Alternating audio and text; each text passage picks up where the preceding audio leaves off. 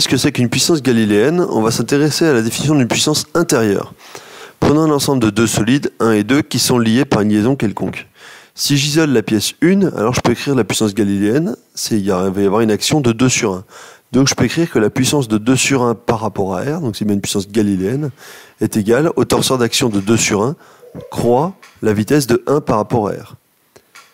Si j'isole le solide 2 maintenant, je peux écrire exactement la même chose, c'est-à-dire qu'il y aura l'action de 1 sur 2, donc j'aurai le torseur d'action de 1 sur 2 fois la vitesse de 2 par rapport à R.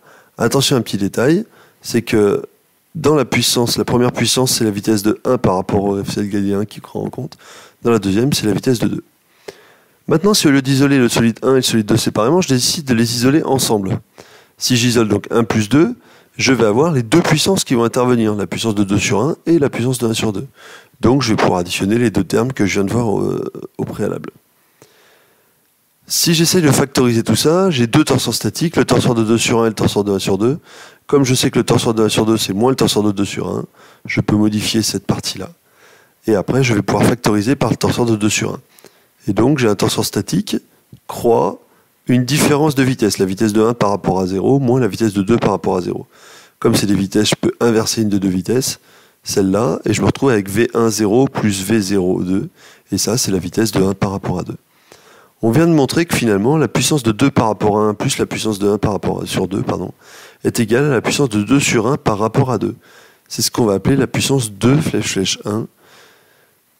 Et c'est ce qu'on appelle la puissance intérieure. Cette puissance est donc définie, cette puissance intérieure, comme le commandement du torseur de 2 sur 1 fois la vitesse de 1 par rapport à 2. Donc là, cette puissance, c'est plus du tout une puissance galiléenne, c'est une puissance qui va plus faire intervenir la vitesse par rapport au référentiel galiléen, mais elle va faire intervenir la vitesse des solides les uns par rapport aux autres. Alors à quoi ça sert et comment on les calcule? Donc cette puissance, on vient de dire, c'est T2 sur 1 fois V de 1 par rapport à 2.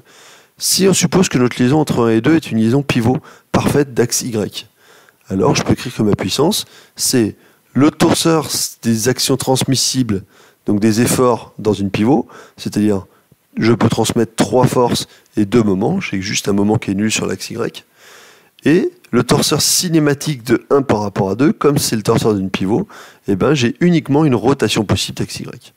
Si je fais le commandement de ces deux torseurs, résultante fois moment plus moment par résultante, eh ben, je me retrouve avec une puissance nulle.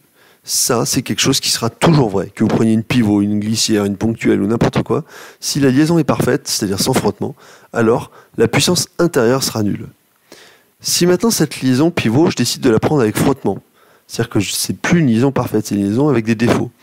Alors qu'est-ce que ça veut dire pour une liaison avec des frottements? Ça veut dire que sur l'axe de rotation, j'ai un couple transmissible, un couple de frottement. Conclusion, dans mon torseur statique, j'ai un terme avec un couple de frottement qui apparaît ici. Si je fais à nouveau mon commandement de torseur, je vais me retrouver avec ici un calcul qui va me donner que la puissance intérieure est égale à couple de frottement fois la vitesse de rotation. Cette puissance-là sera toujours négative parce que si j'ai un frottement, si j'ai une vitesse de rotation, j'aurai le couple de frottement qui va s'opposer à la vitesse de rotation, donc cette chose-là sera toujours inférieure à 0. Le couple de frottement sera négatif.